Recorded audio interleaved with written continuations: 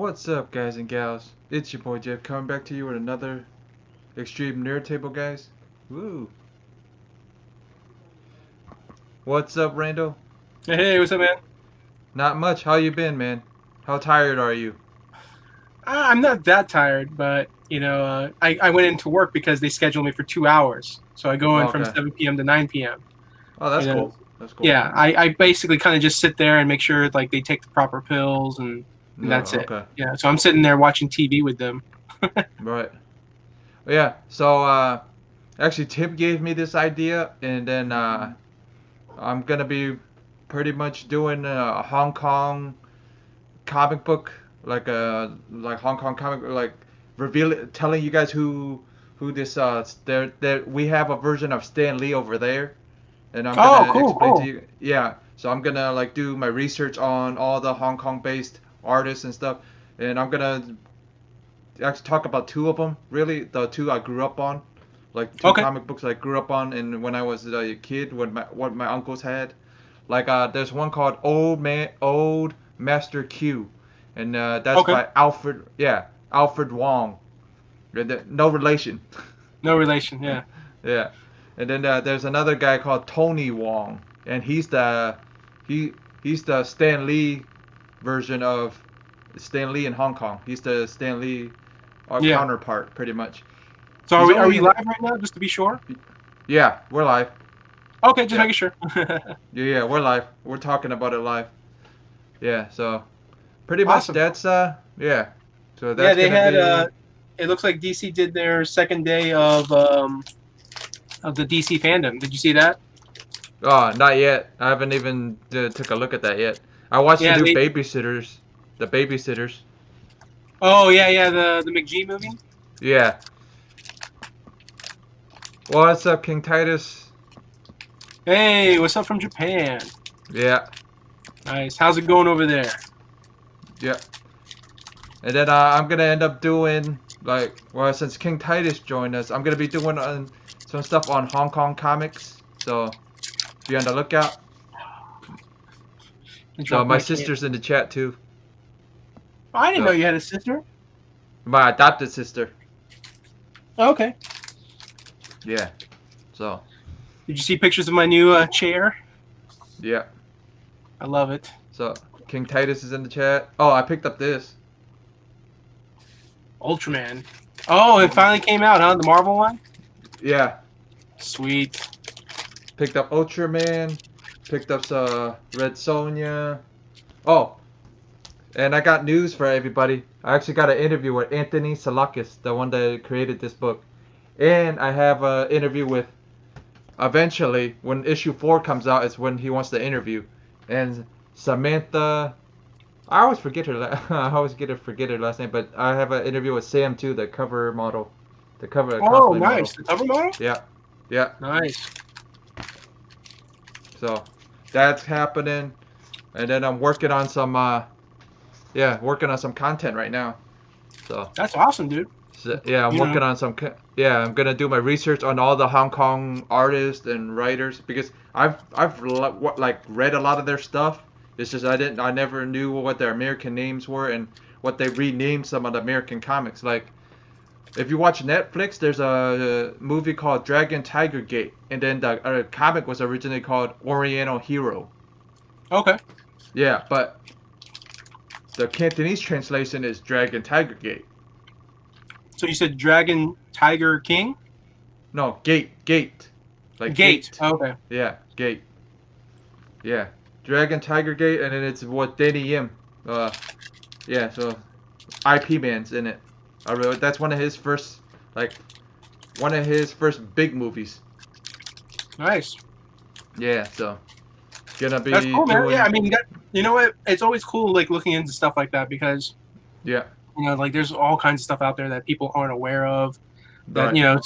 stuff like that exists. So like that's one of Yeah, the great yeah, things about having the YouTube channel and talking about it because someone comes across it, they hear about it, and they've learned something new, and then right. it might even be something that sparks their interest. It might even be something that they want to like Yeah, look into. because like a lot of people don't know that Tony was and then Tony was our version of Stan Lee, And we had, and then back over there they had a version of Comics Code Authority too. Oh, That's really? the Okay. yeah. And then Tony So did the stand how old is he? in his 70s. He started Oh, nice. but he started with earlier than Stan writing comics. He started at 13 years old. Started writing comics already. Nice. Yeah. So yeah, he started when he was 13. Yep. But I'm still doing a lot more research. But this is only a little bit of information. But Yeah. it's funny because to actually I like popped his name in on YouTube. Couple of videos came up. Two white guys did a like information on him, and I'm like, that's cool, but I think I can do better. Oh, But sure, sure. I think so. no, There's always yeah, going to be but those, yeah, regardless of race and background. There's always going to be those fans, those people that like, you know, they do they just become fans of it. Like a buddy of mine, Joel. You yeah, mentioned white guy. Like here, my buddy Joel. yeah, He's this white guy right, that's like loves Asian cinema, and like right, he knows like all some of these actors like across yeah, seas yeah, like right. Tony. Tony Jaa and all that, yeah. Well, no, like the Tony. Oh, gosh, I'm trying to remember the Tony name. Wong Wong, Kar Wai or whatever. He's like yeah, drops all yeah, these names, and he talks about yeah, all these like Asian films that I've never even heard of, right, right. And Pretty, because that's not my forte, I don't watch a lot of those films. I've seen yeah. some, but You need to the one you need to check out is Dragon Tiger Gate for sure because if you're a comic book fan, you need to check that one out. That's what Hong Kong comics were. okay. That's how violent they were. That's like imagine how you watch it, but Yeah, yeah. I dude, mean, yeah, that's one of the things I love about the Asian culture is that they mm-hmm, when they make comic books and they make animation, they made them for all ages. mm-hmm, Where here in yeah, America, you had like Walt trust Disney me, who. man. Honestly, the older stuff, what Tony did, Mhm. not good, not right for kids. I'm not lying because No, yeah, I know, yeah, yeah, I know. yeah, But I mean, like that's what I'm saying. That's what I'm saying is here in America, yeah, you had guys like mm-hmm, Walt Disney. You right. had these corporations, and then on top of that, you had like Well, probably uh, you had the other guy that was Alfred. I always get his name wrong. Alfredo Wong, and he did Ma- old Master Q, and that's like almost like Garfield. Like it was like almost like a newspaper comic strip. It was yeah. like Garfield, like what the hell is the other one? The Peanuts. Can't remember. Charlie Brown, like Charlie Brown. yeah, Yeah, like Charlie Brown stuff. yeah. Pretty much that's what Alfred Charles did. Schultz, I think, is his name. Yeah, yeah. But yeah, that's their version of Charles Schultz is this guy. Is Hmm. Alfred Wong did all those, and pretty much it was slapstick kind of comedy. Like there was no words, but you can do but there was different panels, and then they would show like old Master Q goes fishing and actually fish a mermaid out of the water or something, and then you Yeah, see him walking with the mermaid, like actually holding the mermaid and walking with them, like show yeah. different panels and stuff. And I Nice. looked on eBay. I looked on eBay. Those books aren't expensive. I thought those books were gonna be expensive, so I might be picking up a couple of them to show off and stuff. That's good, man. Yeah, because I mean, I Yeah. think the good thing about those books also is that like I would imagine like those books probably would be more expensive overseas than they are over Right. here. Right. Because not many people know about the characters. There's not a heavy demand. There's not a lot Right. of people looking for those books. Right. So that's why anyone selling those books here in the U.S. Right. Because the demand is not great. Like Right. they just want to get rid of it or they just want to sell it. Right. Yeah, they cut deals or it's lower price and stuff like that. But if that ever blows up here in the U.S., then you can count on those books being worth. Oh, nice, Hong Kong. I've never Yeah. been. I've never been to China. You need to. You need to. The Hong Kong is the best place to go if Yep, you're English speaking. Hong Kong would be the best place to be because anywhere else is gonna get you into trouble. I believe it. Mr. White Gloves, Monty, our friend Monty, Oh, he's nice. awake because I was supposed to be awake for Robert's show and Robert's supposed to be showing up 15 minutes late, so he'll be here. Oh, cool, cool. Yeah, yeah, yeah.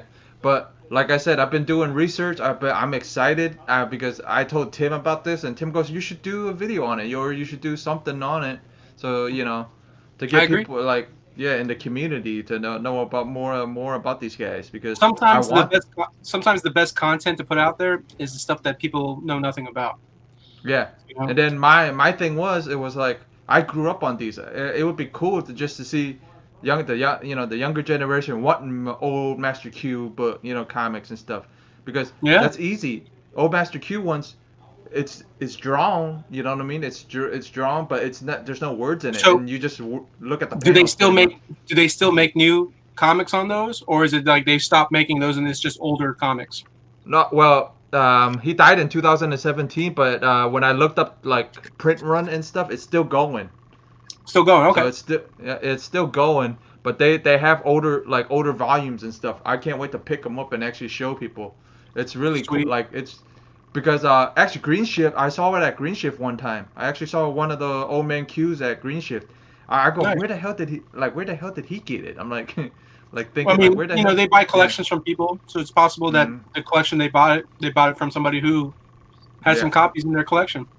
Yeah, it was kind of cool because I'm like, I saw it. I'm like, I'll eventually pick it up later. And then he shut those doors down and then wanted to move down to the other location. So Yeah. he's probably still have it hanging up or he still have it in one of the boxes. I just have to go Maybe, or looking maybe for it. he already sold it. Yeah, never know. But always cool to see it on eBay and I can pick it up for pretty cheap. Like I just to see where they were shipping from. Like a lot of them are shipping from either New York or California. So not surprised. And then one was shipping from West Virginia. That the weirdest place. Yeah. I laughed That's because I'm like, no, because I'm laughing because it's in the middle of the United States. So it's like not a lot of. I don't think there's gonna be a lot of Asians. Not many, in the middle of this. But there are. I mean, there's still a couple. But I'm not. You But never know, man. You never yeah, know. yeah. You know, populations grow. Yeah. No, I You know. know, I'm just saying, you know, not what I expected to see on eBay, where it says West Virginia, shipping out of West Virginia. So yeah, I'm gonna be picking up a couple of those, and then a couple of the Dragon Tiger Gates, or American version is Oriental Hero. Like there's two brothers in the book called Dragon Wong and Tiger Wong. do you think they ever did any kind of crossovers with those characters? It's always just been. Actually, yeah, they actually did a crossover with the Dragon Tiger Gate guys. I think they did a DC crossover over there with Batman. Really. Yeah, so I That's a imagine. book. That's a book you got to get. Yeah. I looked it up. I'm like, oh, that's interesting. Yeah. So they had But Batman crossover in that series, but overseas. yeah. But this one Pretty is cool. like their powers are like martial arts powers. So like there's a move called what was it 18 Dragon Fist. So these guys are trained, and then there's like the younger brother is good with his feet. There's Yeah. another guy good with nunchucks. So when he does the nunchucks, he does this shield thing like a bell. So it's Nice. pretty interesting. Yeah. So Nice. it's like, but you can tell it's like Bruce had some input. Like Mhm. Bruce Lee had input on these characters somehow. Like Yeah. because the later ones, when you read the later comics, you can see the influence Yeah. a little bit. But pretty It much kind of it's you got me yeah. thinking about like that new Batman animated movie that they're going to make. It's coming out Right. next year. I think it was called like Soul of the Dragon or something like that, or Yeah. and it's like the animated movie's like set in the 70s, right? And it's like at the hype of like the kung fu films that they were making back Oh then, right? yeah. But the So like, only problem I got with the Ultraman stuff, yeah. the characters look whitewashed. Oh yeah, yeah. Yeah. It's Because- Marvel. No, I know that, but I'm just saying they look like they're mixed, what was it, like Daisy from Agents Agents of of Shield? Shield. Yeah, almost every character looks like her. Almost like the Like guys just a look hint. like yeah. Like they're mixed. Yeah. No, I know what you're talking Yeah. about. I wonder if like that's their like, who knows? Maybe Disney has plans of making a an Ultraman movie. You know, and they Yeah, kind of yeah. want to have that mixed But American, My- Japanese. Yeah. But my style. thing is, they can't screw it up. They screwed up. That's a big market because the Hong Kong market is huge for them. The Hong Mhm. Kong market for here Ultraman is huge, and Oh, yeah. Japanese market, like, if they screw this up, they could screw the pooch real Is bad. Ultraman Japanese or Chinese? Japanese. Okay, I thought so. Japanese, and then but they have a Chinese version of him too. So they translated it into Chinese too, and then they have two versions, Japanese Nice. version and the Chinese version. But my Nice. uncle grew up on Ultraman too, so it's pretty funny. Oh, dude, when I lived overseas, like, there wasn't a lot of programming. There wasn't a lot of like TV shows that me as a kid. I can tell you what was over there. I can tell you two programs: Power Rangers or Ultraman. Those were the two programs. Yeah, I never really saw Power Rangers over there. Here are the shows that I remember watching living overseas: Baywatch, a pup named Scooby Doo.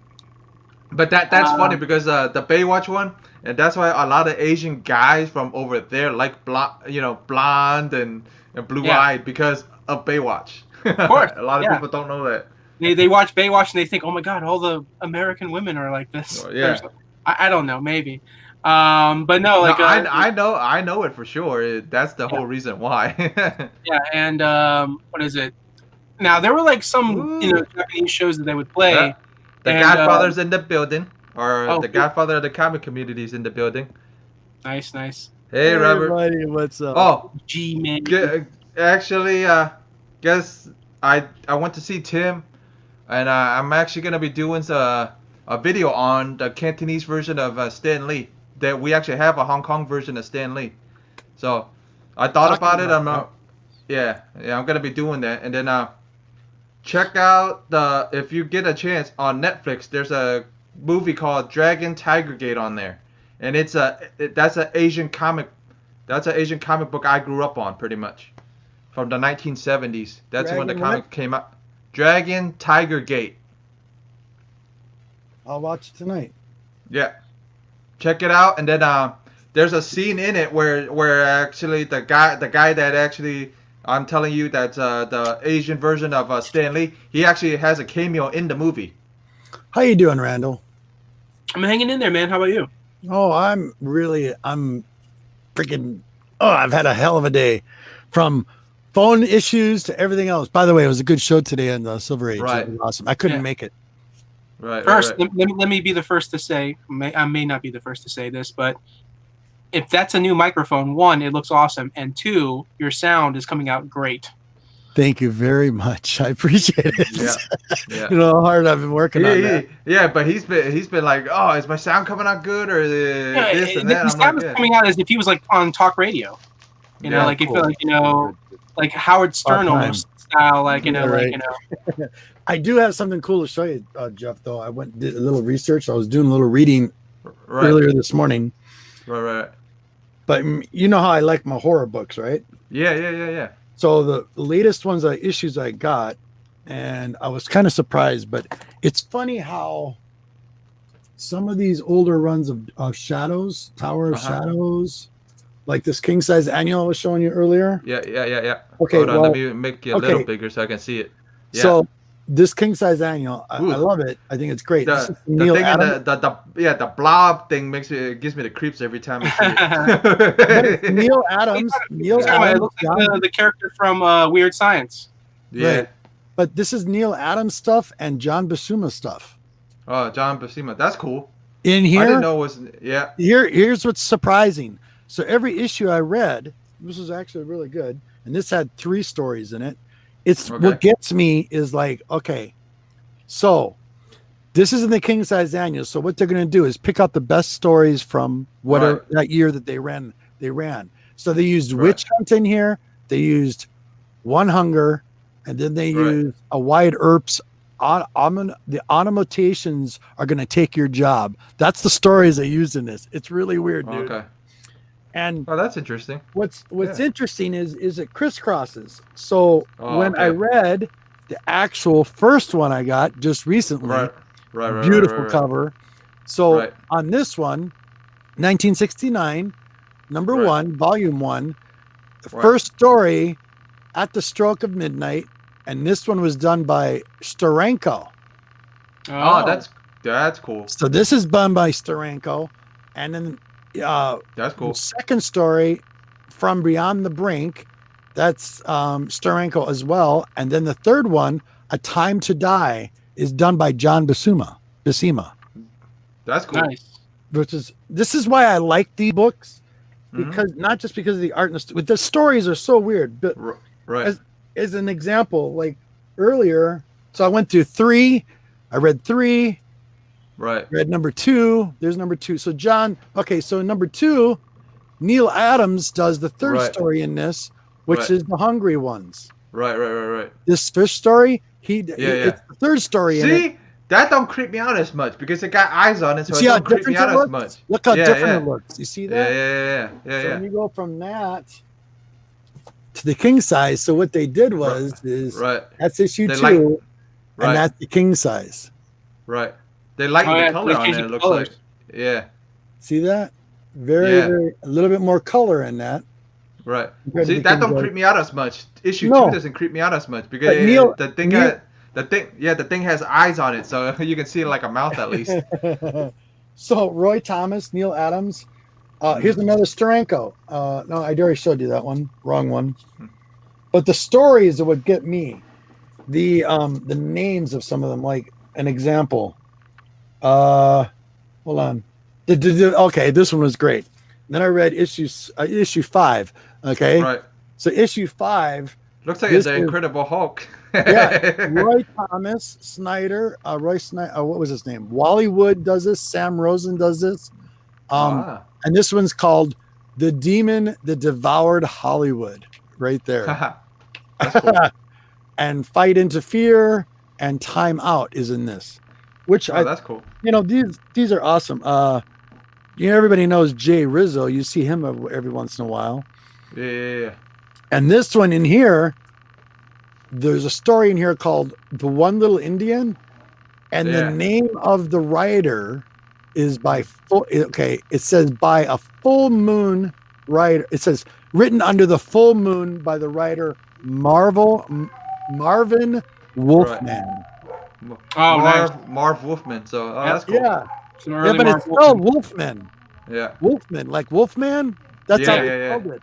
And Yeah. then it's funny because in some of these, when you read them, they'll have like the little editor. You can take me down. The little editorial Yeah. notes. Yeah.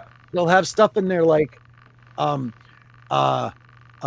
Basuma, totally relentlessly, just jibber jabber.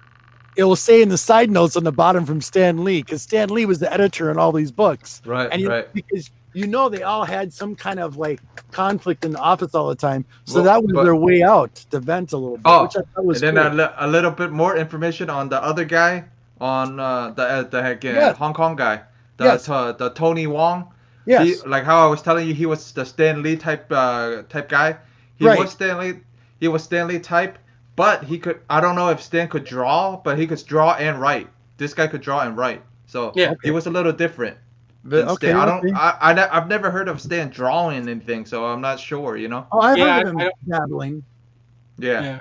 But this guy could actually draw his stuff and actually like word his stuff. Like the funniest thing is the worders, the people that does his lettering.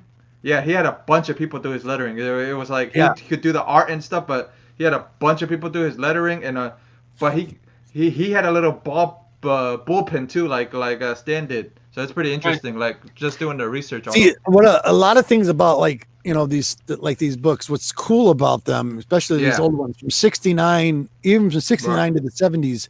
In these, if you ever read the back of the editorials, like the yellow notes and stuff they got in them, Uh-huh. dude, they're so fascinating. There's so much history in these things. Right. It's great because when you Right, read a lot of the modern stuff, you don't see a lot of this love in there. It's always They don't tell you all that stuff. No, tell they you all that don't go stuff. through all that, but it's still fun. No, You know, because it's on Alright. the internet. All that drama's on the internet. That's why all that drama's on the internet now. Not really. It's not Not yeah. really, because I've read some of that stuff on the internet, and that's one thing. You can only take it with a grain of salt. You have to actually look for your information to make sure it's factual. Like Right. an example, you go to Wikipedia, that's not Yeah. always right. Yeah. I know. Oh, yeah, Look at the editorial. If you go look at editorials, because here's an example. I went and looked up history stuff on Wikipedia one time, and it's bringing up this stuff, and it was incorrect. They had the dates wrong. They had the times wrong. They had what happened was wrong that everybody knew from history books. Imagine if now the kids are doing research with Wikipedia. So like imagine like they have like a history homework that they have to work on, and they're copy pasting from Wikipedia. And then the teachers are going to look at it and be like, no, your dates are wrong. Your information's wrong. I'm just like, really? Yeah. It's so sad. But sometimes I'm glad we didn't have the internet back when we were kids, because imagine all that bad information we would have got. Be the problem with me. I'd constantly be fact checking, because you know me. I ask questions all the time. Right. I don't. But my dyslexia thing would have went. I'm just gonna copy it. I'm right there with you, buddy. My spelling is crap. Yeah. Crap. Mine is too. I admit it. I see words and letters. I'll see words and numbers like reversed, and I'll notice it when I'm reading. I'm like, what? That didn't make sense. I have to reread that line again. You just have to read a little slower. That's all. I picked up this today. Oh, I love that. Who showed me that today? Kurt. Kurt had it on his. Kurt had it. Someone else too, I think. Someone else bought that. I think. Art Chemist probably yesterday. That's what it was. Art Chemist showed it to me. Yeah, I'm excited about that. I want to let me know if it's.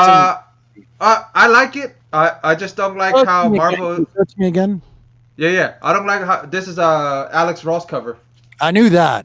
How was the art on the inside? It's good. I just don't like how they whitewashed the people in it. That's what Art Chemist said. Yeah. Same thing. Yeah. I looked at it. I'm like, they don't look Japanese. Did you give a good shout out to your chat just real quick? Yeah. Okay. Hey, Javi. Javi just made it in. Javi just made it in. My sister was here. Awesome. Yeah. My sister was just here. And sister. Hello, sister. Yeah. Look. Splash page. Yep. Awesome. Yeah. This time. This week. This Saturday. I'm his show Splash. Yeah. I'm gonna sit up this time and actually work on the Hong Kong stuff. Good. No, because so I can stay up, because I was up at 11. I'm like, I'll stay up. Nerdy Collective, buddy, is not my show. It's not the same without you, buddy. No. I understood that. I'm like, dude. I go. I'm gonna make it. Every time I do that, I always jinx the hell out of myself, and then I end up. Set an alarm clock. You're good. Yeah. I always jinx myself too. Oh, good news. When issue 4 of Oh My God drops. Yeah. Curious about that. When issue 4 drops, I'm gonna have an interview with Anthony, and I'm gonna have an interview with Sam, the cover model. So I want to see that. Yeah. Hope she shows up live and it's not just a still photo. No. It's gonna be live. Yeah. She said, Samantha is gonna. Cool. She said it sounds good and stuff. Okay. So we just gotta set it all up. Remember, word of advice: get your notes ready. Yeah. I am. Ask those interesting questions. Yeah, I am. Because she's a big nerd too. She's a big Star Wars nerd too. So I that's how I met her. Like, because I saw her with you should have nothing but Star Trek questions for her. Is she a Star Trek nerd? Yeah. No. You said she was a Star Wars nerd, so that's what I'm saying. Like, as a joke. Star Wars, Yeah, Star Wars. As a joke, you just ask her nothing but Star Trek questions, and she's just gonna have a blank face, like, no, Star Wars. Yeah. No, but she's a big Star Wars. Yeah, she's a big Star Wars fan, but she's a big comic book fan too. Picard or Kirk? Picard or Kirk? Who would you choose? But that's one question I'm gonna ask her too. Is like if she's into both, or is she just into Star Wars? You know what I mean? I'm curious, anyways. What is her favorite in comics other than her own? I know she collects Saga. I'm not sure what else she collects, but I've seen her buy like trades and stuff. Again? Like probably in her 20s. 20s, maybe in her 20s or 30s. Yes, I have to think of age-wise what kind of things that they've seen or experienced. I always like to show younger generation older stuff. But trust me, I'll work it in there.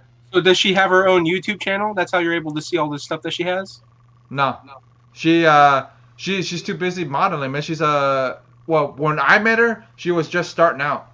in Cool. 2016, pretty much. Now she's a Easy Rider model and a Playboy cover model. Oh, okay. So, I'm yeah, curious. yeah, That's Yeah. always good. yeah. Just because I've met her twice. I met her at the shop, and I met her at import. You'd be surprised where the first place I met her at was the import car show, because the Nice. only reason that she caught my attention was she had a horror themed dress on. She had like a nice sundress, but it was blood spattered dress, and it was Awesome. it was, what was it? It was I like the dark overtones already. yeah, It was American Psycho with the main character's face on the dress. Oh, nice. Yeah, so that's So how she- I first. Yeah, She's She's a local. big- She lives in the Tampa area. yeah. She used to. She moved. She just moved. I'll be right Cool, back, cool, bud. cool. Yeah. So gonna be interesting to see Anthony and get Anthony in and get Samantha in. Nice. I That's awesome. I call her Sam. So I'm so used to calling her Sam. So yeah, because I'm gonna be pretty excited for that, and then yeah, Dude, that's Then, awesome. I'm looking yeah. forward to it. excited about that, and I'm excited about making this Hong Kong comic stuff too now. Yeah. Like Tim goes, you should do that, man. Like, let people know about them and stuff like that. That's cool. And then I'm gonna order some books on eBay from because I can't find my childhood ones. Yeah. They're all tore up. Oh, yeah. Yeah. There's another. Yeah. There's another. What was it? Alfredo. No. Yeah. Alfred Wong. That Alfredo or Alfred or something. But he came up with. I was talking about old Master Q. I remember when I was really young, like a kid, like actually looking Right. through these, the old man Q ones are like almost Three Stooges. Like these Yeah. three characters are almost like Three Stooges. Like I remember reading one story where she's actually fishing. Yeah, he's actually fishing in the pond and stuff. Yeah, so she's fishing in the pond. And he actually fishes up a mermaid. I'm laughing at your sister's little comments in the chat. Yeah, I know. Yeah, yeah. I That's think good. there's a possibility. It just depends. Like, it's not hard to No, gain but- access to the Yeah. movies and TV shows. But because my brother-in-law is a big Star Wars nut. That's all I'm gonna yeah, say. yeah. Yeah. There are definitely people out there that are like super knowledgeable. Like, yeah. So they've read the but novels. He's they've pretty read much. the He was my comics, best. they know the He's my exact best friend details. that got me back into comics. He's my best friend. So he's the one that got me back into it. See, Yeah, my favorite story from the Star Wars trilogies. I'm talking about books now because they made billions of books. The same thing with Star Yeah. Trek. Well, my Oh, yeah. favorite trilogy of all time when it comes to Star Wars books is Timothy Zahn's Hail to the Empire. That was my favorite. There's a 3-parter, Yeah. and that was No, awesome but because it took my place. It my took favorite thing that you always talk about is those damn bears. You're evil. I'm sorry, those are evil. They What, the ate Ewok? people. Yeah, The Ewoks the are Ewok. evil. They weren't If cute you- and cuddly. They were gonna eat them. Give me a break. They ate them out of our barbecue. And you see them all walking around. Wah, wah, wah, wah, wah. That's scary. That's like a clown with a smiley. Just a really small clown at that. No people, but see, people don't think that way. It's like Yeah. I did. Oh, I they're like- cute and fluffy. Well, that's Yeah. like you look at a grizzly bear, right? You know, there are times where you look at a grizzly bear and you're like, oh, it's cute, but then you see it in person, up close, and you see how large it is and how big it is, and then you go from like, oh, it's cute to like, oh, my Oh, life is in danger. Yeah. I'm shit. But the reason why I like the Hair to the Empire series with Timothy Zahn is that it took place just before the Battle of Endor, and one of my favorite ships of all time was the Executioner, and that was the Black Star Super Star Destroyer, bigger than all the other Star Destroyers. Or I should actually pronounce that correctly because I'm going to get corrected, I'm sure. Regular Star Destroyers, the white ones, and then you had a Mhm. Super Star Destroyer. The Yeah. Super Star Destroyer was Vader's main capital ship. That thing was massive, Hmm. and I That just was, that was the big one. That was the big one at the end of the third movie, right? Where it's the Emperor was in it. yeah, and it crashes down into the it crashed down, yeah. But that ship, massive. Didn't have to be sorry. No, yeah, but she's always. I'm surprised the brother-in-law isn't in here messing around because we're talking about Star Wars. Talk about Star Wars. I just pulled out Hmm. 4 huge boxes of Star Wars stuff that I took out of storage yesterday, and I was just going through them. Hmm. I don't remember half of these things that I got in there. I actually have some of it. Yeah, sure. Yeah, because he's a big Star Wars nut, and got her like into it, and she's a big Nightmare Before Christmas too, and like Alice in Wonderland, any of those, yeah, pretty much. Nice. Mm-hmm. So, but a lot of people are gonna probably hate on it, but you know what? I didn't. I actually have 2. I got 2 of these, and I got a bunch of figures. What is it? This is going from. that mic's really good, man. I can still hear. Yeah, I know. I'm gonna have to ask him like, where did he get that mic? Because I'm gonna need to get something like that down the road. You know how they talk about variants, right? Yeah. Okay, well, I found this interesting. I found 3 different types of Darth Mauls that I had. And you don't remember picking them up either. The old action figures. Oh. Okay, got some unique ones in here. Oh, he has to work. That's why he's asleep now. Work in the morning.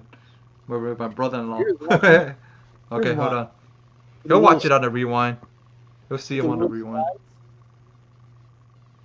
Okay, so there's Yeah. one. And okay, so the normal Darth Maul, everybody would see this new one, something like this, Right, and then like this. right. See, it's different. Nice. Yeah. Like this, Oh, yeah. With the hood on it. and they have the microchips. That's what makes these cool. There's a micro. Here. They have the little yeah. machine.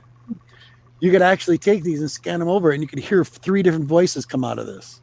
Oh, Darth okay, Maul. that's cool. They all had that. And then I had a lot of these too. Fan Club Micro Machines. Oh, Micro Machines. Yeah, I hear that Micro Machines might be making a comeback. And then Mace Windu, Hmm. my favorites. And then of course I got a bunch of the RC-D2s, a bunch. I mean I got a huge box here, but this you're gonna laugh. Okay, Oh boy. this is VHS, but what makes this unique Uh-huh. is I actually have in one of my folders, I've got about 12 film cells from actually 35 millimeter film from when the movie was made. Yeah, And yeah, of yeah. course, guess what's on the film cell? One of them. The one character I hated out of this movie. Oh, Jar Jar Jar Jar. But Yeah. I actually have these still sealed Uh-huh. Oh, that's from cool. this, and it's got a film cell. There's an actual film cell right here. Nice. Each one of them with a book and a collectible book. So I actually have 2 of them. Hmm. Nice. And I just put it away. I was just like, didn't even think about it. So I Hey, was you never know, man. Down the road, you'll be able to sell them for like who knows, like $50, $100. no, they'll probably be A-okayed out. I'll probably just wind up giving them away. I should pay them forward. That's all. That's Yeah, what it is. Star Wars Yeah. when Yeah. Yeah. my I kids, forgot, yeah.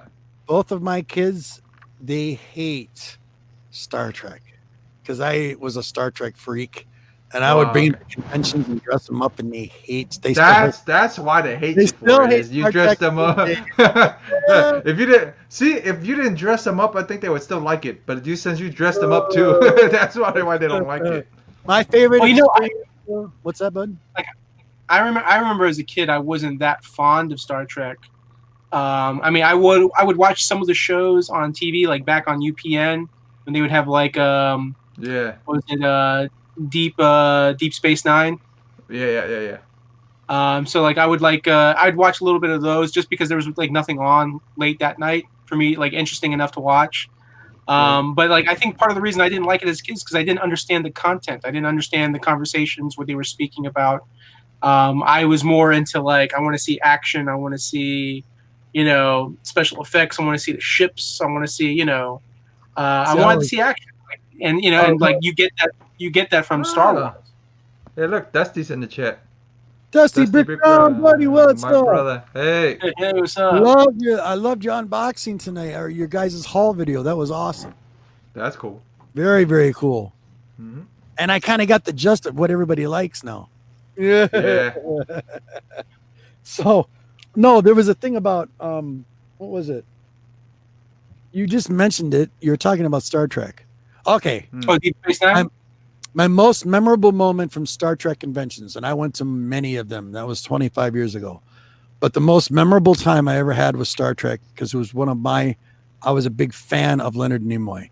I watched Leonard Nimoy when he was on, does everybody remember In Search Of? Yeah.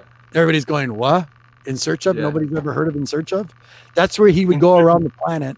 He'd narrate it all, and he would actually be on the show, and he would go around the planet, around the world, like to Giza, go to Egypt, and find out about all the weird anomalies, the Bermuda Triangle, and all that stuff. Oh yeah, I remember those. Yeah. And there's actually the music tone to In Search Of was related to a new some music that was out recently. Yeah. And you hear the tone, and I think of In Search Of, that show all the time.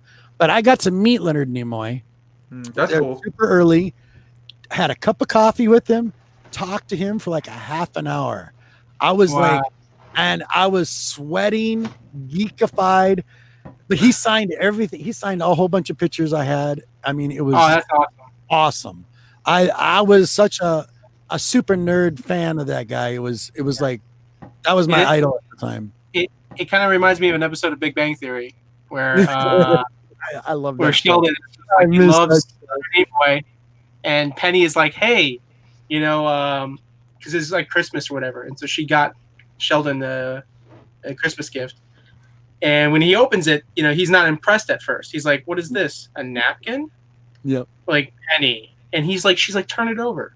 He turns it over, and he's like, oh my god, is this Leonard Nimoy's signature? Yep. And she's like, yeah. He even wiped his mouth with it, and he's like, you mean I have his DNA? I can clone him. That's awesome. I missed that show. That was such a good show.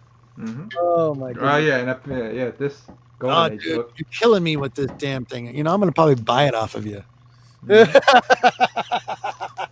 That's your first beautiful Golden Age. I expect to see that on the wall somewhere. Put it up. Well, I'm gonna have.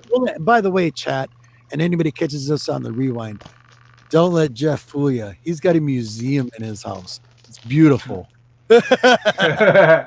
All ladies, all lady books. I love your Green Lantern setup in that glass case you showed me. Yeah. Gorgeous.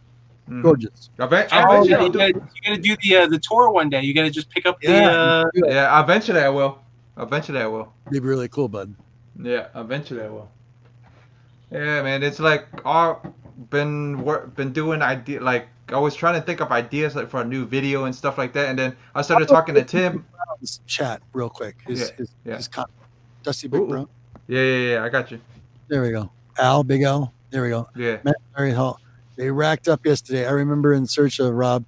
It had a paranormal vibe to it. Yes, there's a couple of episodes on YouTube with one. Yeah.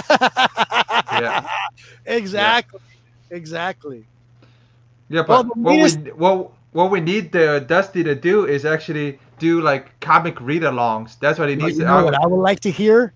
Yeah. You know what I would like to hear, and I'm gonna hit up Dusty October horror stories. October is coming right around the corner. My favorite month of the year. That's my holiday. Halloween is my holiday. New Year's Eve holiday. But you know what would be cool?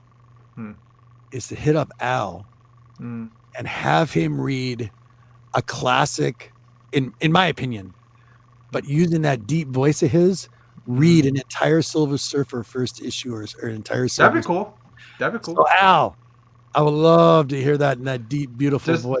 Yeah. All he's gotta tell you, just hit him up on Instagram. Would it be more fun if he like read like issue 1 of Spider-Ham? Spider-Ham No. is amazing. Maybe. I don't know. No, I but want to hear more because he's got a serious. He's got He- that. yeah, but he likes that Godzilla stuff too. That So too. it'd be kind of Oh, cool yeah. it'd be kind of cool to see him Very read cool. Godzilla. I mean, like Yeah. the way you describe him, like I feel like his voice maybe would be perfect for like an Alan Moore Swamp Thing story. That too. Absolutely. But he Yeah, could do all yeah. kinds of different voices sure. too. That's what's cool. Definitely, for sure. Yeah. So Al, Ooh, yeah. I got you, Rob. Awesome, awesome, Al. Yeah. 'Cause, dude, I'm telling you, you have the show now. You should do like a show where you got the comic book.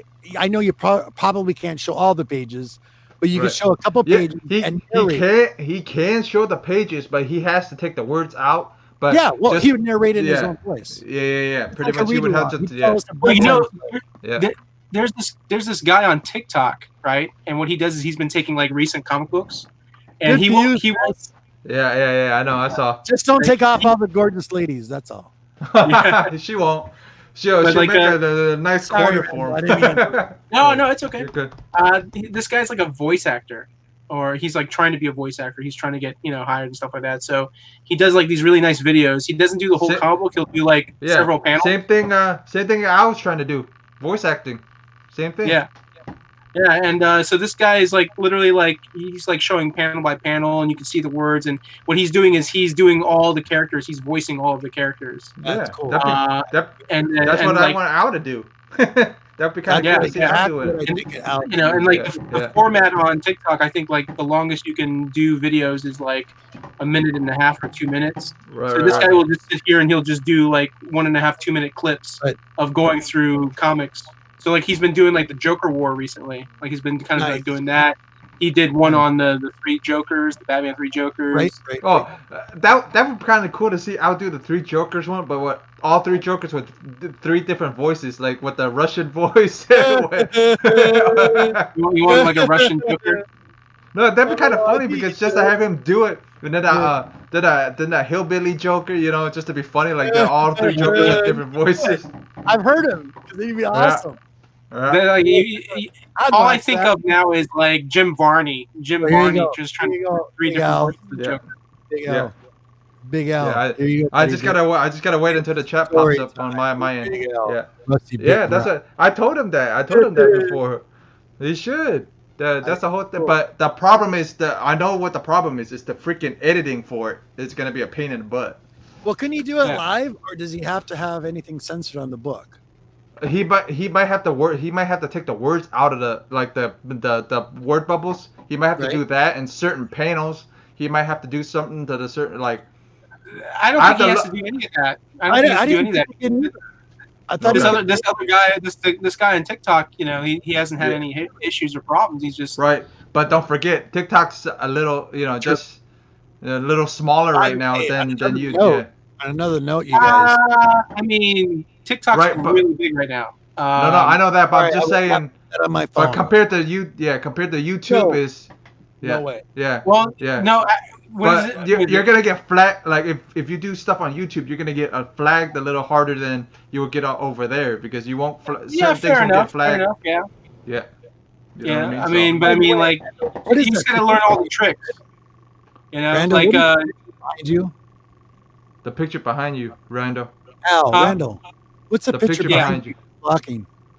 like the The poster. three. Yeah. What the is 3 is that Jokers. Joker? Yeah, the 3 Jokers. The poster. Oh, can we see that? Yeah.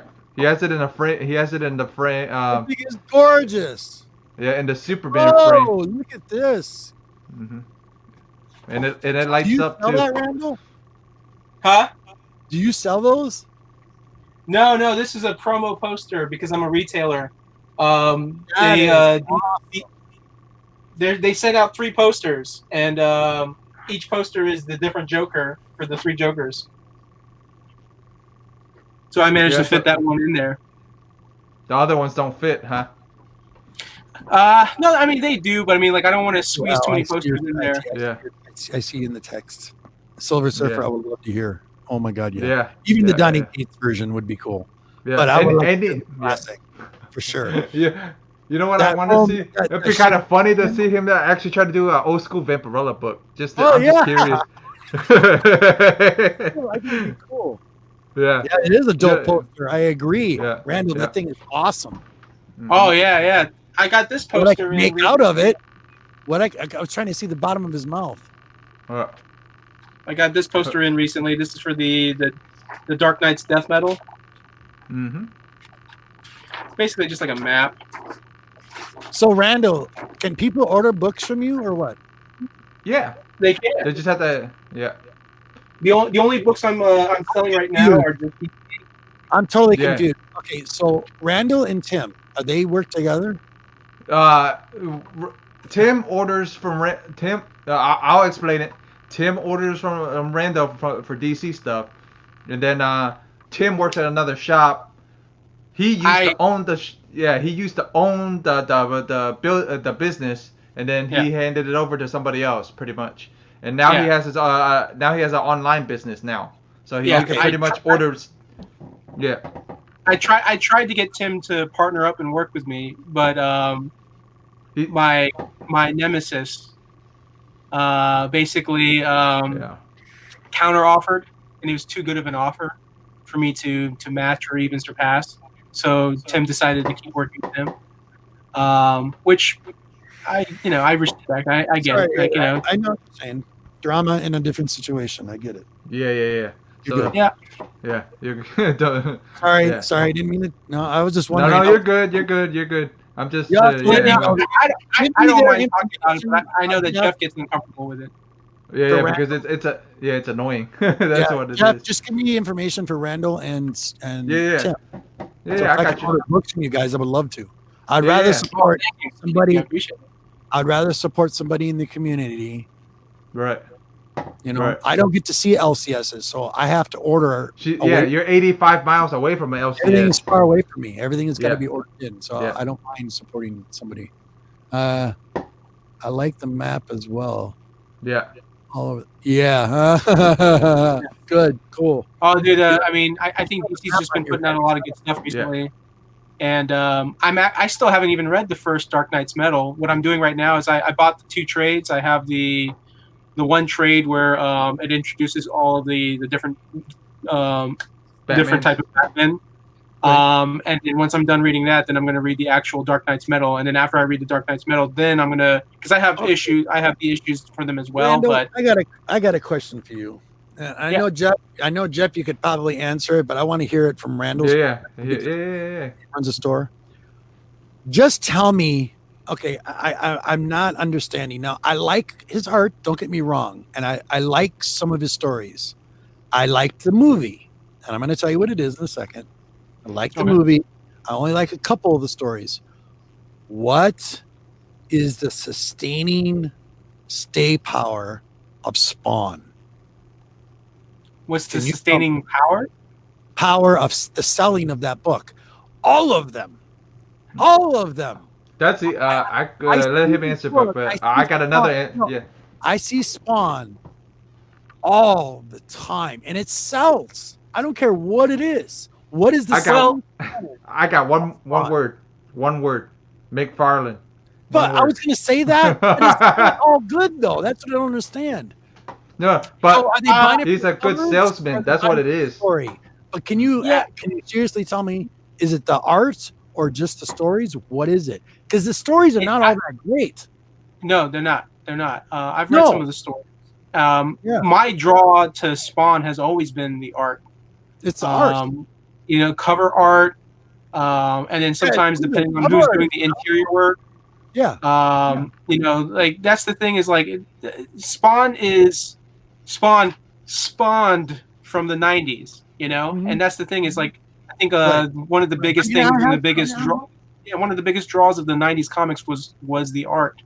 And then somewhere in the early 2000s, mid 2000s, it shifted to writing when you had guys like Brian Michael Bendis. Right. And even Grant Morrison, was even like blowing up and growing, even though like he got a lot of success in the 90s, but even in the 2000s, these guys, what they started doing was they started finding different type of artists with different art styles. And so, Right. like for example, I was never a fan of Frank Quitely, but when I started reading some of his stories and Grant Morrison was writing it, I enjoyed the story so much that I ended up liking the art, you know. And because what it is sometimes you have artists and writers, when you have them combined and working together, there's this beautiful blend of like quality storytelling between the two, where like The reason why I'm asking the question is because I see a lot of auctions lately. I mean, in the last 3, 4, 5 months, and Sure. I every time Spawn comes up, I don't care what issue it is, boom, and I'm like, what? For what?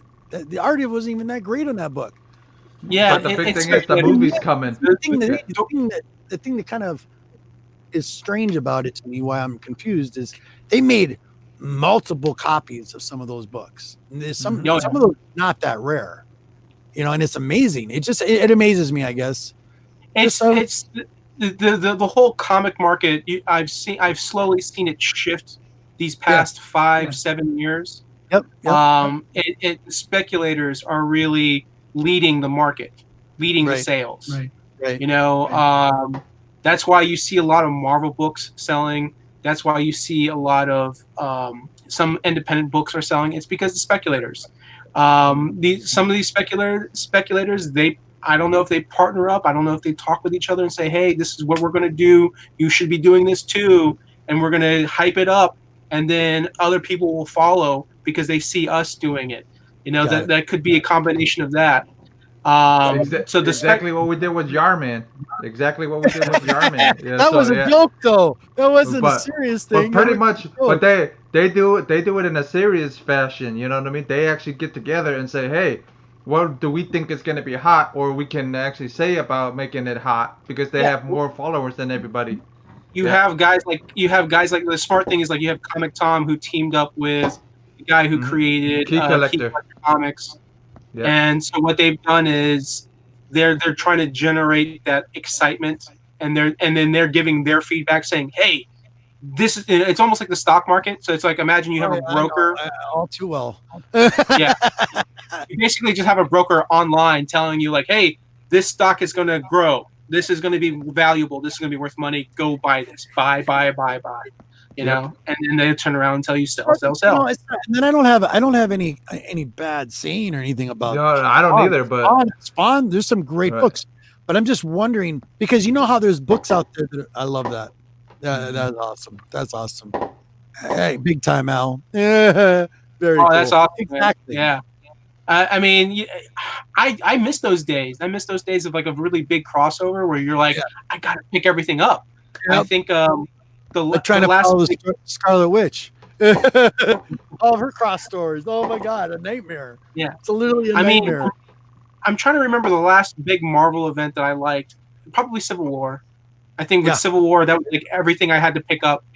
You know, there was like the problem with Marvel was they're just now pumping out too many event stories that they don't even feel epic. They don't even feel important. They just feel like another story that they're putting out. Another filler.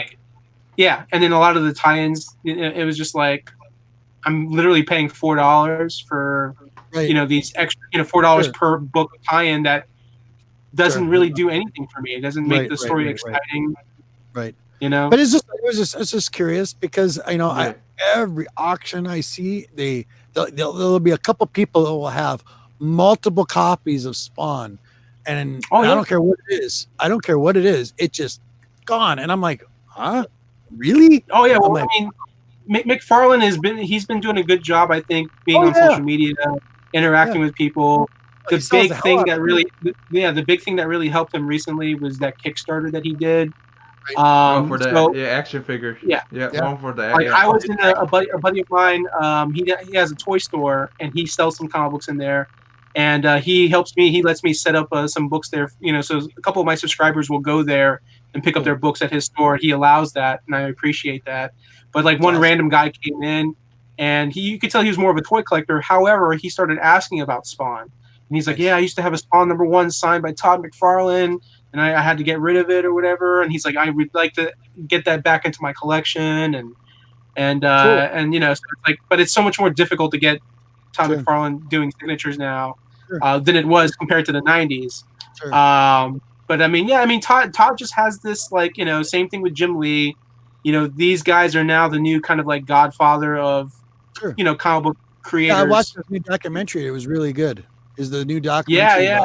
I mean, Todd Really has done good. so much in the comic book Yeah. industry. Yeah. He's done so much. See, one thing that I it's like- liked about, I have to admit, one thing I liked about him, and I've always liked about him, yeah, he's got a big head, but he has a right to have a big head.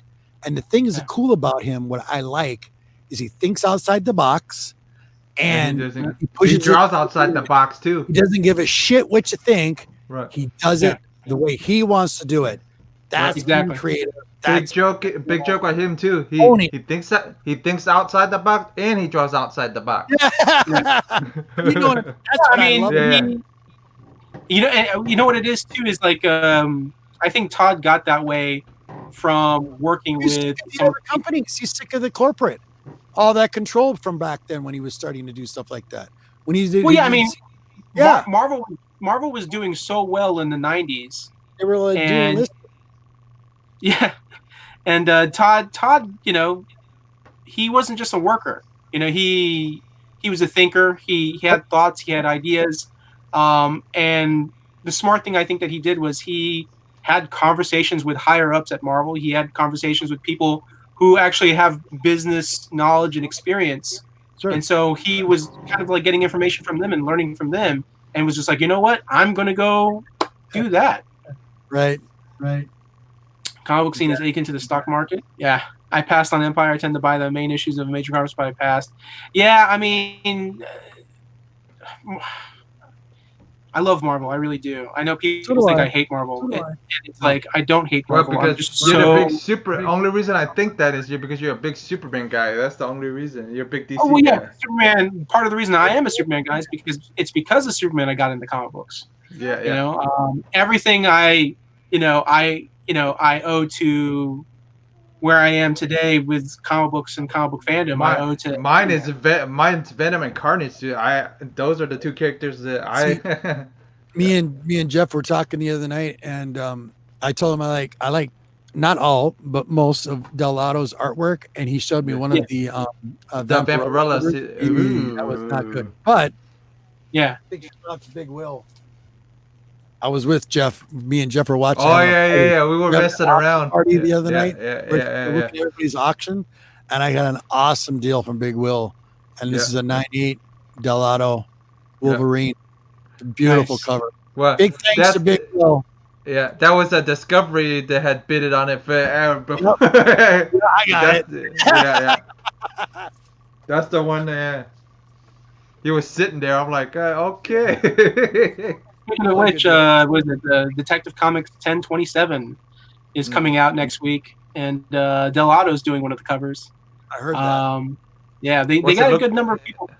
Yeah, I don't even Does it remember does it look decent? Because his Vampirella was kind of. It wasn't good. I seen it. Yeah. Yeah. The I don't Vampirella looked like he threw it together, like he just went, threw paint on it, But I think if it was black and white, I think it would look okay. But since it looks like the color he just went like, you know what I mean? He just flung does it. he color his own work, or does he have a colorist that does it for him? He might have a colorist because I don't think he colors his own stuff. I'm not sure if he colors his own stuff or not. Yeah. I mean, like, Yeah. I like Delato, but like, if someone says, "Hey, Delato's drawing this book," depending on the book, depending on who's writing the book, that might sway me into picking up the book. But he's not one of those artists where I'm like, "Oh, I have to have it because of his art." No. I just like some of his stuff. I don't like all of it.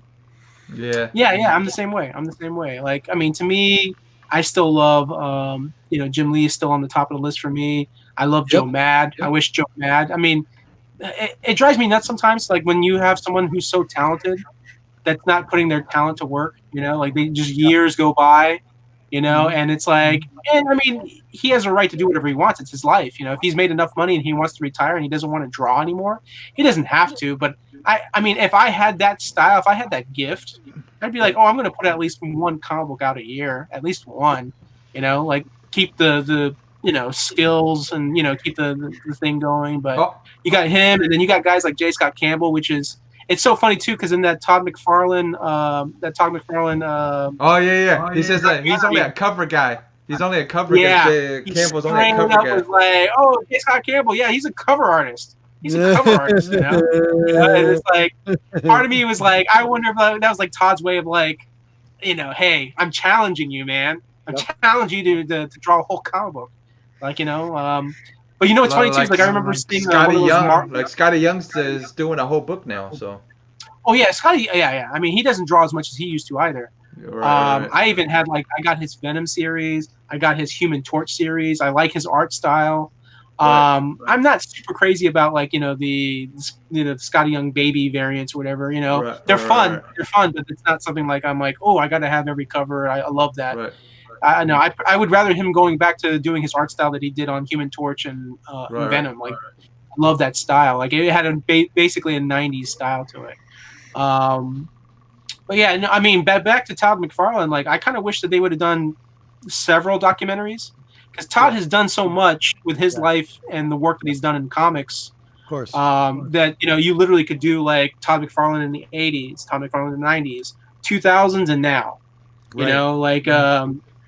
Obviously, the '80s was like the origin, the beginning of everything, and then '90s was where he really blew up, and then 2000s it's sort of like, where do you go from now? I remember do you remember when he was getting the Mark McGuire and Sammy Sosa baseballs? Oh yeah. I remember. And then a couple years later, Barry Bonds breaks the record. I was just like, hey, I'm Todd. You invested millions in those balls. Yeah. Okay, so here's a little tidbit. I've been kind of catching up with some of my media, movie and stuff and books. Right. Curious. Have you gentlemen yet? I read it when I was 16. I'm going to go reread it again. Have you read Dune yet? No, I have not. Okay. I've seen that. I've seen the movie, the previous movie. Yeah. The new drop for the new Dune. Yeah, I saw the trailer. I saw the trailer for that. Yeah. Awesome. Yep. And it's, I'm going to say this, and this is a big shout out to Sanimation and our partner doing the videos lately. Yeah. Big shout out to them, you guys. And the reason why I want to is I got stuck in the chat today because they were doing a movie preview. But it's one of those movies. Here's an example. A good movie to me is if it has something that's okay. I'm trying to say this the best way I can without going squirrel on you. It has a meaningful reason to be put out again. Right.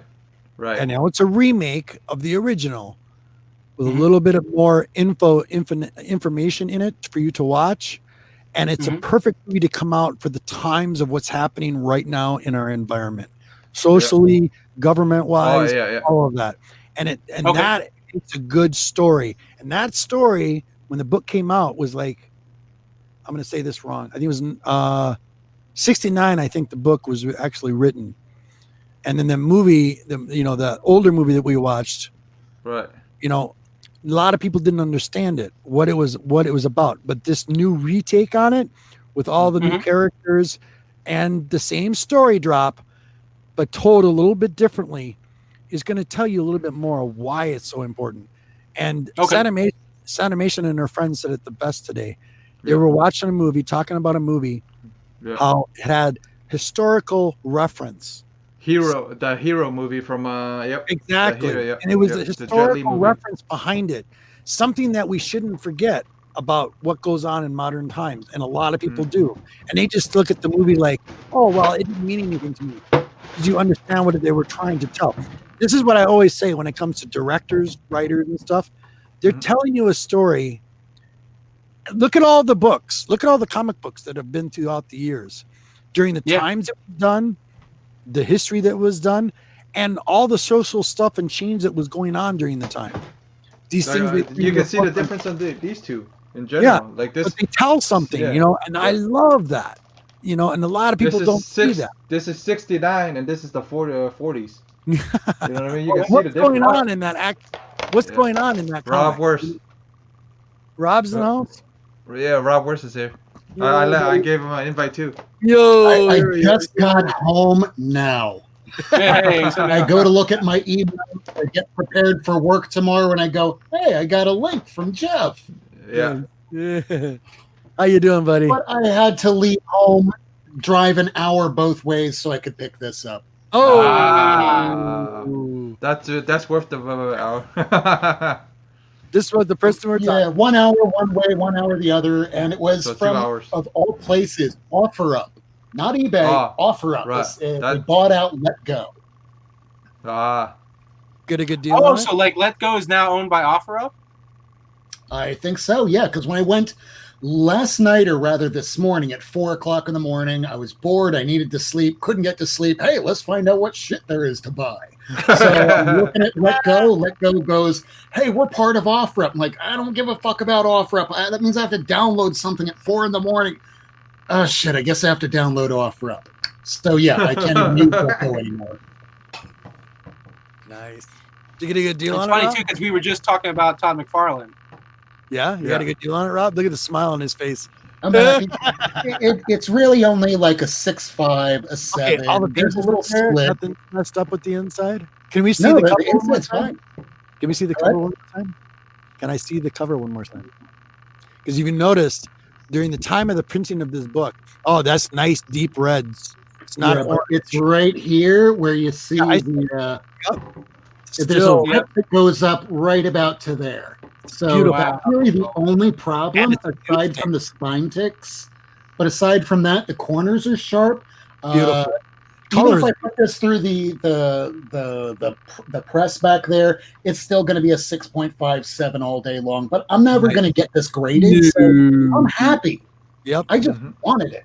I love Rob's shirt. Where is Steve when we want him? He loves Yeah. that shirt. I Look sent at them that. an invite too, but he's spending time with Steve the wife. loves So Rob's shirt. yeah. Oh man, that's right up Steve's alley. Yeah. I love it. Yeah. Yeah, we were just talking about a little bit of everything, pretty much. Well, it's totally So I have I have to say I've never seen the original Dune film. I do plan to watch it before I see the new one. Yeah, Um, read the book Rob, too, you man. haven't? Rob, have I've you never watched? seen the movie, haven't read the book.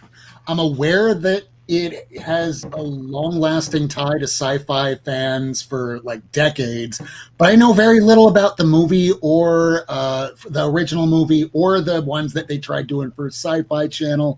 So Don't- as long as they make it good, Don't even most pay people aren't going to attention care. Would you give it a shot? Oh yeah, Good. it's sci-fi, of course. Yeah. Give it a shot. Mhm. Read the book too, but give it a shot. As long as it's, now, as long as it's G-Man, not like, I have to- Battlefield I have to Earth. know- I have to know, did they make any comics on Dune? Oh yeah. I've got them. Yeah, Well, absolutely. look, 90s and shit. Yeah, they were like Oh, hour 90. books, but right after the movie, they showed the trailer. The Dennis Deneuve, I guess his name is. I can't pronounce it properly. Right. Did I pronounce it properly? Wow. Okay. So yeah, right after that was dropped, it went from $1 book to $25 on eBay. Easy. Oh, did it really? Oh, really? Yeah. It was an What? 80s comic book. No one cared about it. So I it's know, I very got good. I have like 5 copies of it. There's darn speculators. Nope. Oh, not here. driving up the cost. Yeah, I love it, Rob. Yeah. That's like the Yarman that jumped up to 100. God, Yeah, that was amazing. that was Wow. insane. Uh-huh. I should just be like one of those guys where I go on the internet, I find out a list of all the movies that are being made, and then just start buying up all the comic books really, really cheap, and then just sit there and wait. And then when the trailer gets dropped, I'm like, begin. You know, and it's like raising the price, putting it out there like. That would be fun. Now, I think this is going to be the real problem coming up. If we wind up having COVID persist and we don't see movie theaters really opening back up wide, and you know the box offices that we used to see for Endgame and Infinity War, we're not going to see that probably again in our lifetime if COVID persists. And if that winds up happening, even if these movies get made, characters are optioned. Even if you get Blue Marvel, I would love to see that movie. Yes. But even if it gets made, it's probably going to be streaming because right now in the year 2020, this is like the year 1968, back when Marvel was putting books out. Exactly. Everything's changing, and we're just having to sit back, watch for the ride, and hope we're making the right decisions because no one knows right now. Well, yeah. I mean, but even like, what was it, like Milestone? Like they announced like the Milestone books, coming back. Same thing. Like they already started, some of them already started shooting up. People turning around and selling those. So it's like, it's a tough market to really guess. Like, I mean, those who have the money, right? Those who can afford to do it, they will benefit from it. And then those who don't, they either get lucky or they don't. It's a gamble. Just like, what is it? Like they're talking about the new Batman comic book that John Ridley is going to write. It's like a miniseries. And then like there's talks that he's going to be the first Black Batman. But then there's already there's already people talking about the Stan Lee version of Batman. And they were like, that's the first Black Batman. Nice. Oh yeah, Batman. Batman. Yeah. Really, Rob? And that one is? Yeah. This is going to be Luke Fox. Nice. Yeah. Nice. I mean, this issue at the very end, back cover, he becomes the Batwing character. It's not Batman, but it's not until issue 20, which I have over there. I'm not going to run up to get it. That's the issue that he becomes full-on Batwing. But no one gave a crap about this until they said, hey, they might actually introduce him into a TV show. Exactly. Yeah. But then, like I said, the speculators are already going to the Stan Lee Black Batman, where they're like, oh, it's time to buy up the Just Imagine Stan Lee Batman. And then like hype that up, and they're like, hey, look, Black Batman, it's the first one, and it was Stan Lee. So it's like, watch like, that kind of like probably blow up a little bit.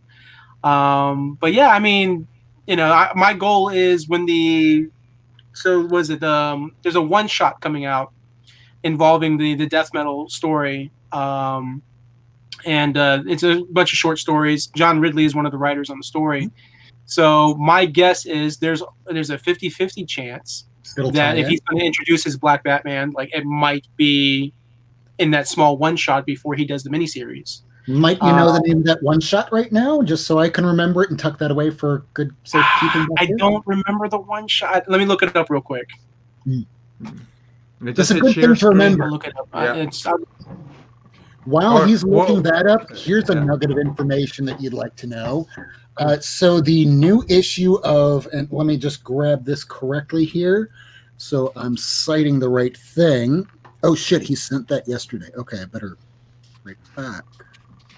Okay, so issue number 24 of Fantastic Four is getting a second print, and Marvel is catching on to our shit. So they decided to stick a Donny Cates Thor backup story at the very end of that comic book. And not tell anybody. Of course. So final cutoff is tonight. So if you're in with your comic book dealer, you might want to shoot him a text and say, can you make sure you get this on final order cutoff, please, tonight? Because it's off after the 14th. Wow. Not surprised at all. So 90 got to do that now. You find it, Randall? I'm still looking for it. Just hit share screen. I should see your screen pop up right here. Oh, and here's another announcement I got from my dealer. So apparently, this is an announcement that was sent out to all shop owners. This is kind of sucky for anybody living on the East Coast.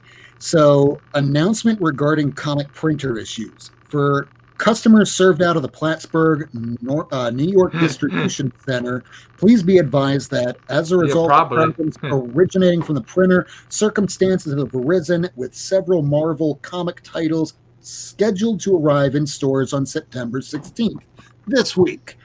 The following titles arriving in stores with product on sale will be partially filled. Those ones What? that you're not going to get this week, it'll be next week. Giant Size X-Men Storm #1, Alex Ross Storm. Damn Timeless it. Variant. I'm still Four, waiting for that damn book. X-Men pre-order. 12. Yeah. Empire. XOSP. I don't know what that is. And orders for X Factor #1, second printing, Shelvin variant will be pushed back to the following week if you get them at all. Oh, great. Randall? I feel like I'm Well, covering the news here. Got any info, Randall? Oh, 90. Info for You might the know. one shot. Oh, 90. Yeah. One shot. I'm What's sorry? the Yeah, one 90. shot? You know him. If we're down here in South Florida, in Miami, it's called Frank's Comics. His name is John Freshley. He sends us the FOC a few days beforehand. We fill it out on our phones and send it back. So the second he sends it to me, I jump onto the computer Okay. and start taking a look at each cover just to make sure. Good. John Freshley. Yeah, yeah. Miami Fresh Comics on Yeah, Instagram. I do the way. Okay, yeah. The way I do it is because that's how UCS. I don't know if I would imagine he orders from UCS because we're on the East Coast for the DC titles. So like, it's set up to where you can do FOC every week. They just recently added FOC monthly, but it's probably smarter to do it weekly because they can add books last minute onto the FOC. So if you don't pay attention, you can miss out on a book when it's added onto the FOC. Like they just added this week the second printing for Joker, the Three Jokers, #1. Yeah, I caught that. So they're doing they're doing a 1 in 25 variant for that. So like so comic shops that order 25 copies of the second printing, they will have a black and white variant cover of that. What's up, So guys? What's up? yeah, I'm planning to order at least 25 copies, get the 1 in 25 because one of my customers, he likes buying variants, so I'm pretty sure he's going to want to buy that one for me. So what's the book? I think it's great that book we were just talking about. The Batman book. The Death Batman Metal? book. Death Metal book. I'm still trying to look it up because it's confusing because they're doing like 5 different one There's a shots. lot. So it's like basically just trying to get figure out which. Huh? Basically, just get them all. Yeah, I mean that, or just maybe you're better searching on Google than I am. I like don't you just know got to look myself. for the one shot that John Ridley that he's writing. That's all you have to do is look for John Ridley's name. If you find his name on the one shot, then that's the one shot. And then he's got the mini series that he starts in January. So there's that. Oh, and here's another thing too. They finally announced, I believe, December. They're doing the Tom King, the Batman Catwoman story, and they're actually going to be. I'm sure you remember watching that. I'm sure you remember watching Batman the animated series, and I'm sure you remember the Batman animated series film, Mask of the Phantasm. So it looks like that. They've been talking about this since last year, and the book kept getting delayed, and it's finally coming out. But apparently, the Phantasm character is supposed to be making a first appearance into the actual DC universe.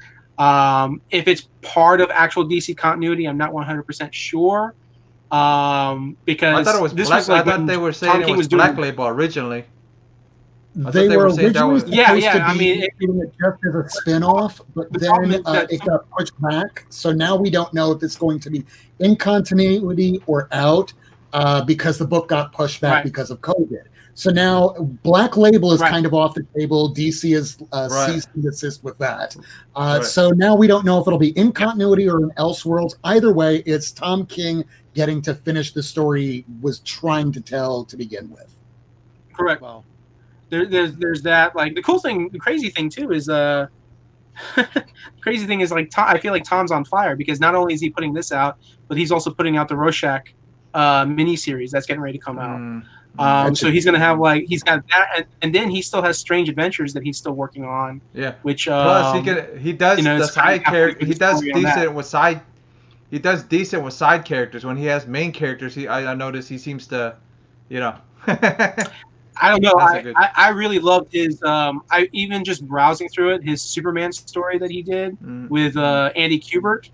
So hands down, like people were Yeah, like but, excited like, for Bendis, you but know- like I was like, Yeah. no, Tom King Superman with Andy Kubert just knocked Oh out yeah, everything his that Bendis Walmart was writing. stuff. That stuff was great.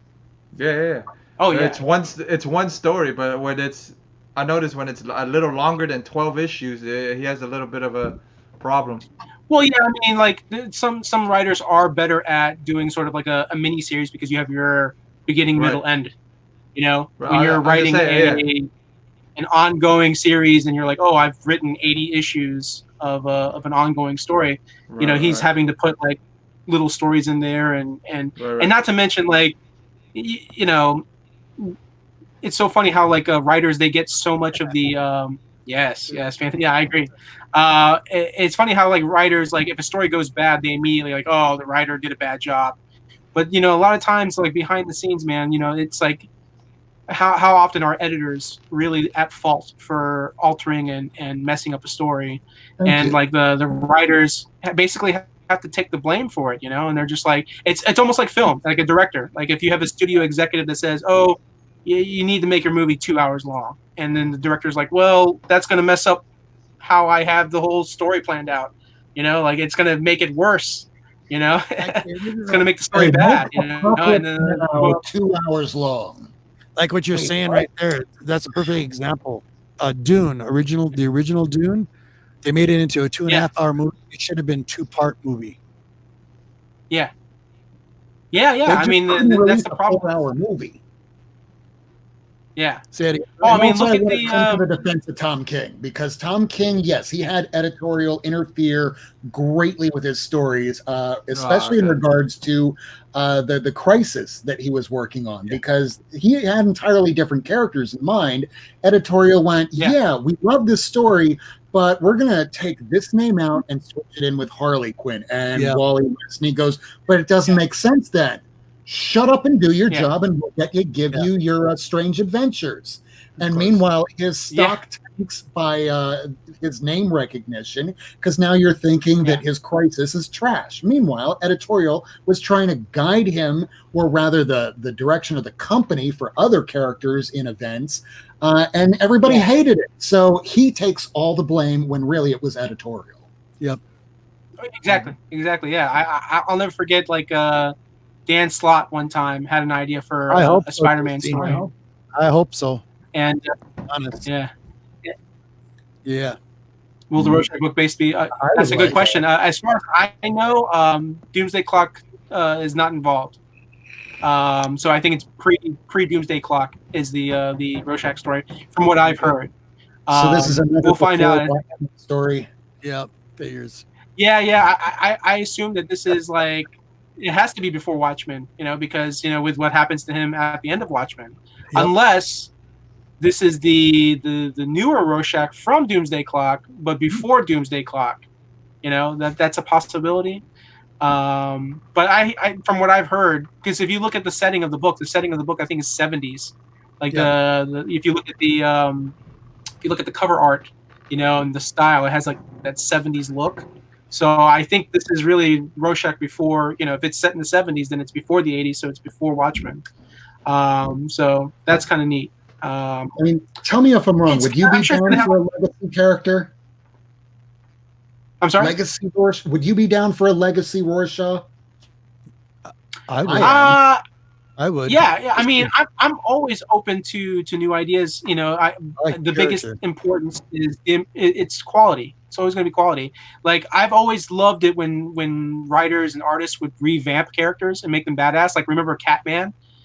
When they kind of reintroduced Catman back into the Secret Six, like they made him a badass, and I was like, this is cool. I like this. I like when you take a character who's really not that good of a character, and you make them into a badass. You've revamped them. You've changed them, a different look, different style, or maybe you know you have a new character taking on the mantle of an old character, and you know they're just better. It's probably Tom King doing another one of his tales on a character. Yeah, absolutely. I will say this though, like I think someone pointed out that there's kind of a trend that Tom King inputs sort of like a PTSD, you know, a plot or a PTSD related into a lot of his stories, you know, because he was in the military. He worked for CIA. Yeah, he was ex CIA. Yeah, He's a damn sniper in the military. Yeah, he lived through it. Yep. Oh, absolutely, absolutely. I think he's mentioned that he himself is a victim of, like, you know, PTSD. So he's taking something that he's actually familiar with, that he's knowledgeable with, and he's importing it into his stories. But I think someone pointed out that it almost appears that he's kind of doing that in almost all of his stories.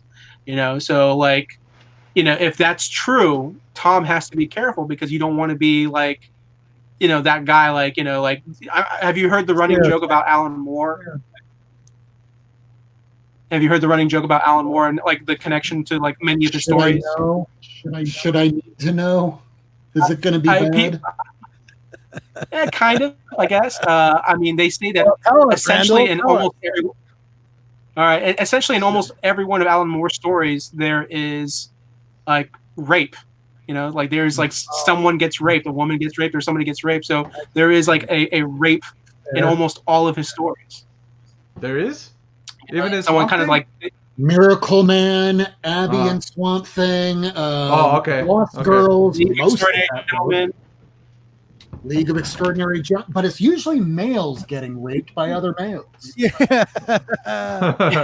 Like Miracle Man, that had one of the strongest, most potent scenes I've ever seen in comics. When you have this I've never read Miracle Man. Boy, you've never read it? Well, first it's not easy to find. But when you finally get to this little kid, Johnny Bates, Master Bates, he's left an orphan in an orphanage, and all he has to do is just say the name Atomic, and he reverts back into this character. But he stayed as that character so long that he became like this tycoon businessman that was just a badass until he got beat down by Miracle Man.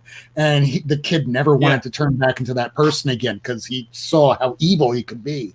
So finally he has these kids in the boarding school just picking on him, and finally they say, pull his pants down, and they're raping him. And finally, with a tear, he goes, Komoda. And this kid rips these rapist children apart until this nurse comes in from the school. The Miracle Man walks by, the evil one, Kid Miracle Man, and goes, you were the only person that was nice to me. I'll let you live. And walks away. And then says, on second thought, they'd say that I was being nice. And then crushes her neck and pops her head right off. All right, gentlemen, I'm going to call it. I got to go, buddy. Thank you. This was a lot of fun. I'm starving. See you later. I got to eat my wife's pizza. Yeah, see you later. Tonight. You guys have a wonderful night. See you later. Blessed be good seeing you, Rob. Take it easy, man. Good seeing you. Yeah, no, I got to read Miracle Man. There's a lot. There's a lot I need to read. I haven't read too many of Alan Moore's stories. I mean, I've read my favorite thing that he's written so far, for me personally, has been League of Extraordinary Gentlemen, specifically Volume 2. Like, I think that was just, like, you know, the art was so well done, and it was just fun. It was just fun seeing, like, these literary characters and teaming up, you know. And it's like, you know, you become kind of familiar with some of these characters based on whether it was a TV show, whether it was you know, like an old movie about them, you know, stuff like that, you know. So it's like the beginning of Volume 2, when you see this character and he's on a carpet, you know, and it's floating, you know. So, like, it got me thinking, like, Aladdin is, you know, and you to find out it's not Aladdin, it's Gulliver from Gulliver's Travels. You know, so Gulliver had come across the magic carpet, you know, and he's floating across Mars. And when he gets into this building, he walks into this room and he looks at the guy in the room, and he's like, "Hello, John." And you find out it's John Carter of Mars, you know. So I'm like, oh crap, you know. So we got John Carter of Mars, we got Gulliver from Gulliver's Travels talking to each other, and then, like, you see these pods, like, flying away from Mars, and they're like, oh, it's too late, you know.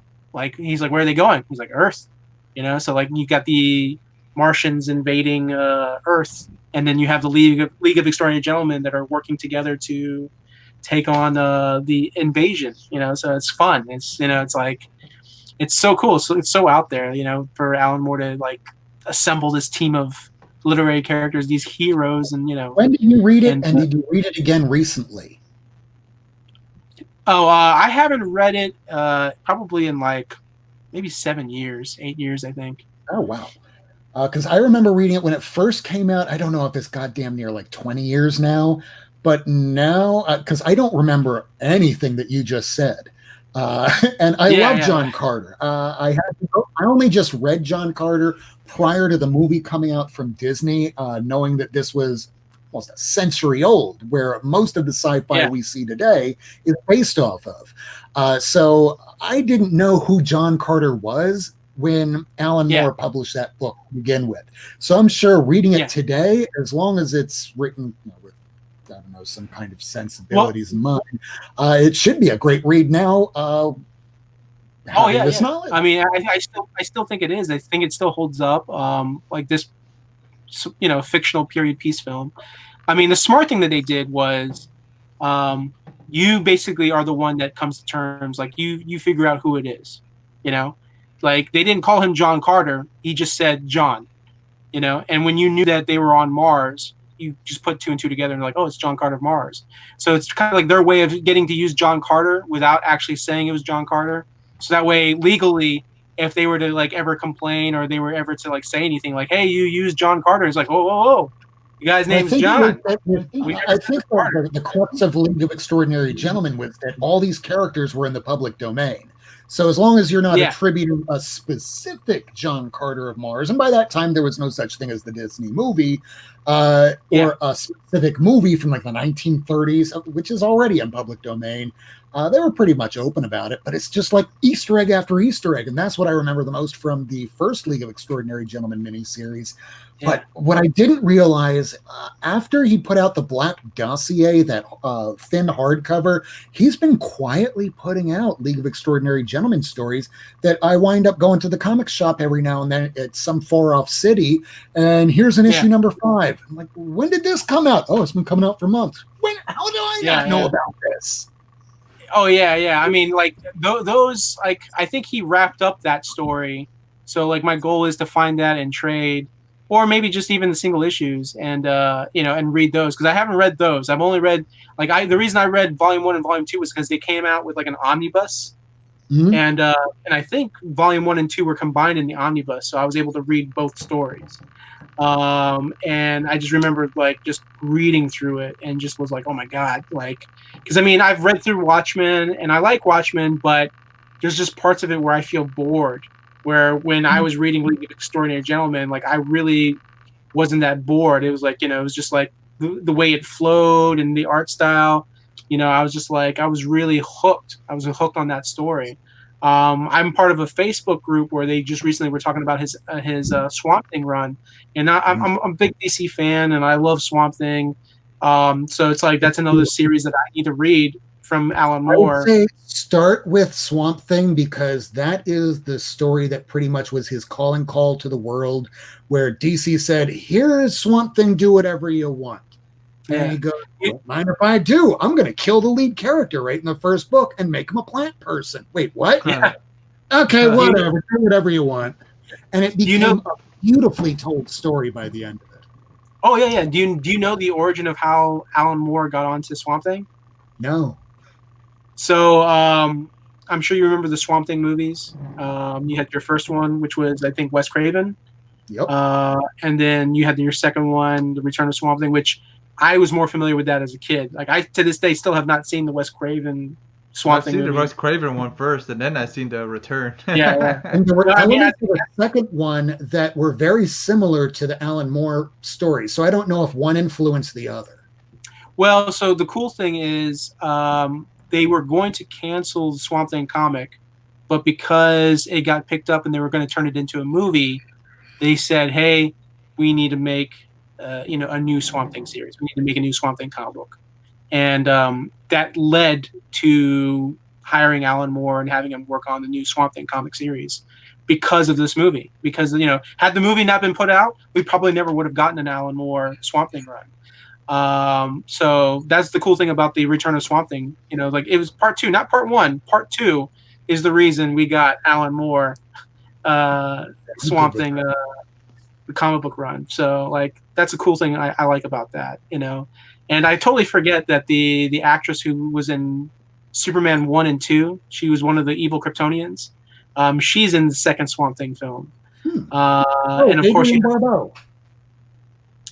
Adrienne Barbeau was in the first movie, but the Sarah Douglas is the name of the actress who was in Superman 2. You're right. She was in the Swamp Thing sequel. I totally forgot that she was in that movie. And like the great thing about Swamp Thing 2 was it was just like this monster movie, you know, and you had this like action going on, and you had these like bad guys with guns. It was definitely like an 80s film, and it was just cool. Like, and then you had the two kids, and like the two kids were like, oh, you know, it's Oh yeah, such I a fun remember movie. that. Yeah, you know, the one kid was like, hey, that's my dad. Well, do you remember back in the 1980s, they made a TV show that they put on USA Network. They had it on at like 8 o'clock at night on Fridays. Yeah. I don't know why I remember that more than the movies, but they got the same actor, Dick Dirk, to be in it. Yeah. The same outfit and everything. So I always had an affinity for Swamp Thing.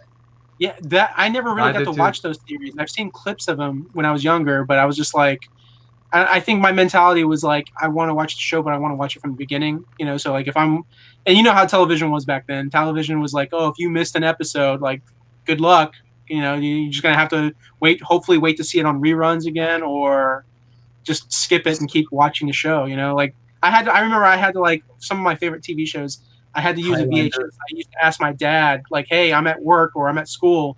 Can you record this? I have the tape set up, the machine is set up, the channel is set up. All you have to do is go into my room at 8 o'clock or 7:55. Go in there, grab the remote, and press record. That's all you got to do, you know? And I would come home from work, and I'm watching like not reruns, but I'm watching like the episodes of like Buffy the Vampire Slayer that I was like, oh, I got to watch this. I got to watch the next episode, you know? But now we don't have to worry about that. Now we have streaming. Now we have, you know, DVR box you can record. Don't have to worry about missing an episode. But I would love. I can live without TV. Don't take away my internet, because at least I can find a way to download it, stream it, or find some way to absorb that media. Exactly. Yeah. And but yeah, I remember the RoboCop TV series, and I remember the Toxic Avenger. Oh yeah, Toxic Avenger. There was a Toxic Avenger cartoon. There were cartoons that should have been made for children. Yeah. RoboCop and Toxic Avenger were among the top. Yeah. Well, I was talking about the live action RoboCop TV show. That like I always remember that. Oh. Yeah. Like I always kind of compared Swamp Thing and RoboCop, the TV shows. Like they almost both had like a similar style, like, you know, similar like setup when they were like filming the TV shows, and well, they were all trying to ape Highlander. Yeah, because like, well, I mean the whole let's try and get a multi-serial episodic adventure going. Yeah. And then now you have you get like a television. The quality of television has like blown up so much now.